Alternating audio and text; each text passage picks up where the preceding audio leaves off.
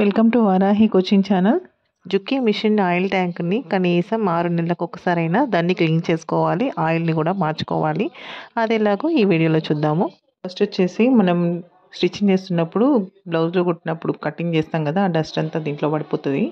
ఇట్లాంటి బ్రష్ తీసుకొని దాన్ని అంతా నీట్గా క్లీన్ చేసుకోవాలి.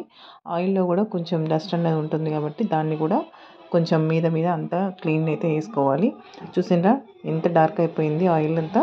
ఇంకా ట్యాంక్లోని ఇక్కడ హోల్ ఉంటుంది, దానికి స్క్రూ ఫిట్ చేసి ఉంటుంది. ఆ స్క్రూ ఓపెన్ చేస్తే పైనుంచి ఆయిల్ అంతా కిందికి వచ్చేస్తుంది. ఆ హోల్కి మనం బాటిల్ పెట్టేసుకుంటే పైన ఆయిల్ అంతా బాటిల్లో పడిపోతుంది. ఇక ట్యాంక్ మొత్తం క్లీన్ చేసుకోవాలి. ఆయిల్ అంతా మొత్తం తీసేసుకొని, ఆయిల్లో సన్న డస్ట్ కూడా ఉంటుంది, ఆ డస్ట్ కూడా మొత్తం అంతా బాటిల్లోకి నింపేసుకున్న తర్వాత ఇంకా స్క్రూ కూడా ఫిట్ చేసుకోవాలి. అది టైట్గా ఫిట్ చేసుకోవాలి, ఎందుకంటే మళ్ళీ ఆయిల్ అనేది లీక్ కాకుండా చూసుకొని ఫిట్ చేసుకుంటే అయిపోతుంది.